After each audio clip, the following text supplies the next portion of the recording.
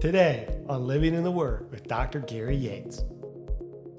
Nothing can change that. Nothing can alter it. Nothing can stop it. Nothing can keep God from fulfilling the covenant promises and commitments that He's made to Abraham.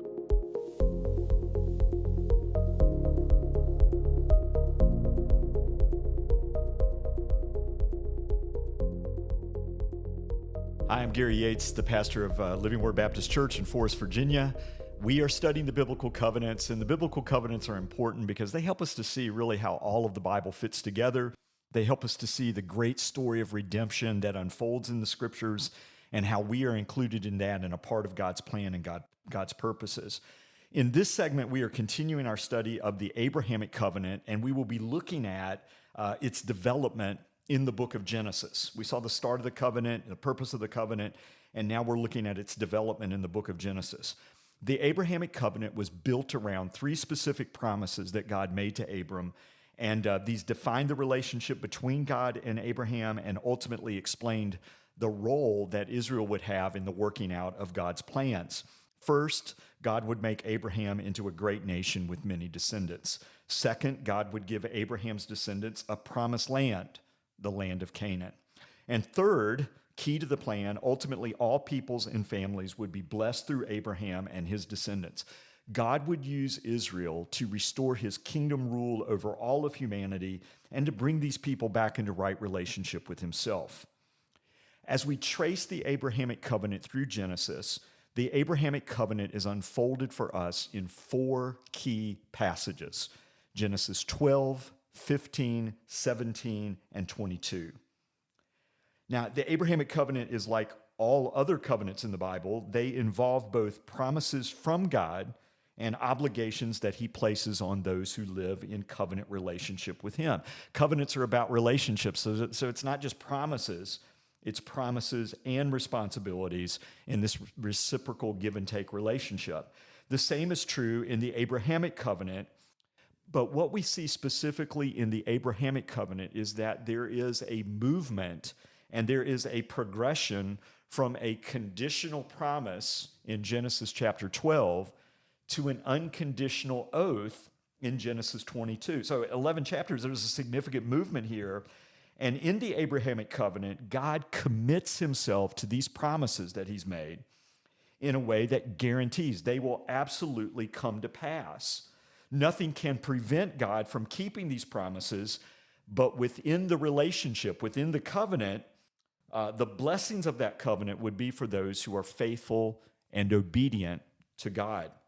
So the covenant story between God and Abram begins with a conditional promise in Genesis chapter 12. We looked at this passage in our last study. God tells Abram, leave your country, your land, your family, go to the land that I will show you, and then I will make you a great nation, give you a land, and make you a blessing. Genesis 12:4 says that Abraham left and did just as God had told him to. So there's a response of obedience. There's a response of faith. The promises in this chapter that God makes are conditioned on Abram's faith and obedience. He has to get up and leave and do what God has told him to do. If he had not responded in faith, he would have missed out on the blessings that God had for him. Hebrews says that without faith, it is impossible to please God. And Abram's faith in Genesis 12 enables his relationship with the Lord, this new relationship, to move forward. Now, we move over a few chapters to Genesis chapter 15, and what happens here, there's a significant development. The promise in chapter 12, the three promises that have been made, now become part of an unconditional covenant that exists between the Lord and Abraham. So God in Genesis chapter 15, verse 5, he repeats the promises that we saw back in chapter 12, and he says to Abram, he brought him outside and said, look toward heaven and number the stars. If you are able to number them, so shall your offspring be. So same promise, great nation that with many descendants.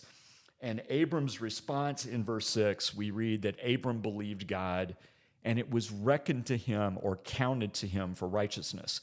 Now, this is not the moment of Abram's salvation or justification. He's already entered into that kind of relationship with God. But this is the moment where Abram's faith leads God to activate and to establish a formal covenant that is described in the rest of the chapter. So God, because of Abraham's faith, views him as a worthy covenant partner, and now the covenant will be initiated. The manner in which God establishes this covenant is very important. It's critically important to the story of the covenant and the nature, and helping us to understand the nature of the covenant that exists. Covenant ceremonies in the world of the Old Testament and in Abraham's day would have involved the sacrifice of animals. And then the bodies of those animals would be cut up and cut in half. They would be laid out on the ground. And the two parties that were making the covenant would walk between the animal parts. The significance of that ceremony was that the people entering into the covenant, those that were making the covenant, were saying, may the same thing happen to me or to us if we do not live up to and fulfill the covenant commitments and responses that we're making now. If we don't keep our part of the agreement, may we become like these animals that have been sacrificed and cut up. This is a very serious and solemn moment and ceremony, and a very solemn commitment. But in the covenant between God and Abraham, when it comes time for God and Abram to seal the deal, God puts Abram to sleep, and Abram then sees the presence of God in the form of a fire pot and a torch passing through the animal parts by himself. Abraham doesn't walk through the parts with him, and the fulfillment of these covenant promises then is completely dependent on God. God is putting a self-curse on himself if he does not keep his end of the covenant.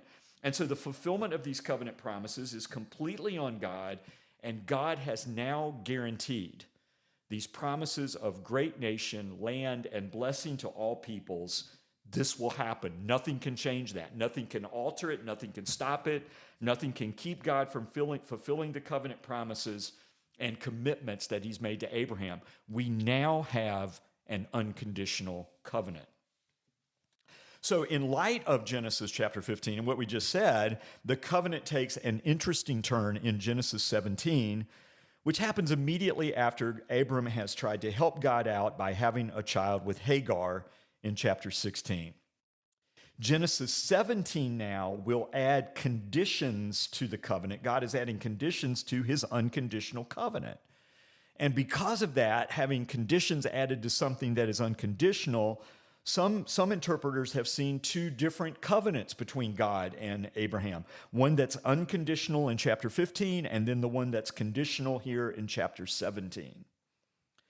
I think the better way to understand what's happening here is that both chapters are part of the same covenant.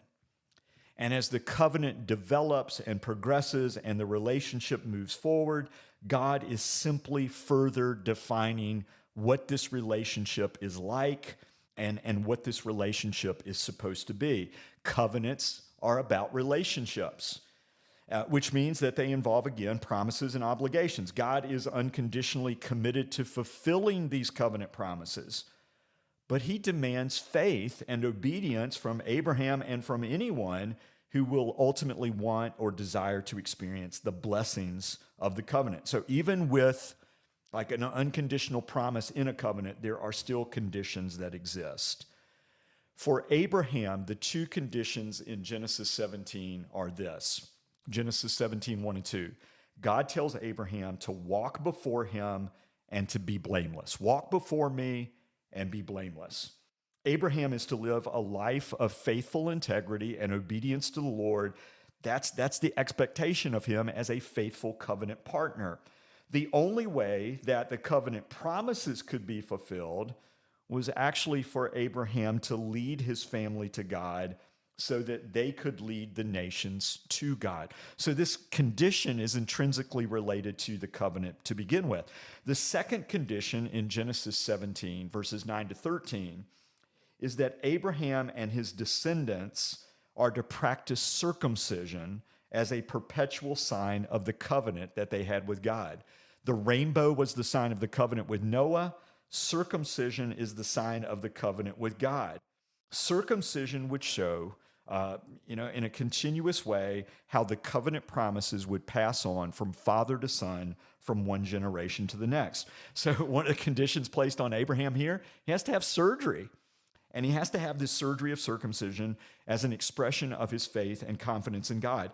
Abraham's obedient response in chapter 17, all of his house is circumcised, allows the covenant for him to experience the blessings of the covenant that God has promised. The story keeps moving forward. When we look at Genesis chapter 22, the final one that I want us to see, there's one more condition that's placed upon Abraham, and this is the hardest one of all. God is testing Abraham's faith, and he says that Abraham is to go and to offer his promised son, Isaac, the one that he's waited for 25 years, the one who is essential for the fulfillment of the covenant promises that God has made to him. He is to offer him as a sacrifice and a burnt offering to God on the mountain where God takes him. This is a test of Abraham's obedience. And in this test, he's right at the point where he's about to kill Isaac. He has his hand with the knife in his hand over his son on the altar, and that's the moment when God stops him. This is a test of obedience, and Abraham acts in faith because he believes that God is even able to raise his son Isaac from the dead. But in response to that faith, when the Lord stops him and says, I know that you fear me and love me, and I know that you trust me, in response to his faith, the Lord promises him in Genesis 22, verses 16 to 18. Listen to the verses. By myself I have sworn, declares the Lord, because you have done this and have not withheld your son, your only son, I will surely bless you. I will surely multiply your offspring as the stars of heaven and as the sand that is on the seashore. And your offspring shall possess the gate of his enemies, and in your offspring shall all the nations of the earth be blessed or bless themselves, because you have obeyed my voice. All right, here's the progression. The unconditional covenant in Genesis 15 has now become an unconditional oath in Genesis 22. An oath is even more certain and definite and binding and permanent than a covenant. Hebrews 6 says that God's oath here is certain because of two things. Number one, God can't swear by any greater power than himself. He can't take an oath that would be more binding than this one. And two, it's impossible for God to lie. So the covenant made it certain. The oath makes it even more certain. And what we see in the rest of the book of Genesis from this point forward, the promises of the Abrahamic covenant, great nation, land, blessing to all people, are repeated to the subsequent generations. It's repeated to Isaac, to Isaac and to Jacob. And when the covenant promises are repeated there, no conditions are ever attached to the covenant in the way that they were with Abraham. Faith and obedience is still expected. That's what a faithful covenant partner does. Faith and obedience are necessary to enjoy the blessings of the covenant, but God is unconditionally committed to this covenant, and he overcomes in the rest of Genesis, the rest of Scripture, every obstacle that stands in the way of him fulfilling these promises, including even the failure and the disobedience and the lack of faith of his own people. Moving beyond Genesis, we will see in our next study that the Abrahamic covenant is God's enduring plan of salvation, and ultimately it will lead us to Jesus, as all of these covenants do. He is the seed of Abraham. He is the Savior of the world. He's the culmination of these promises that God has made.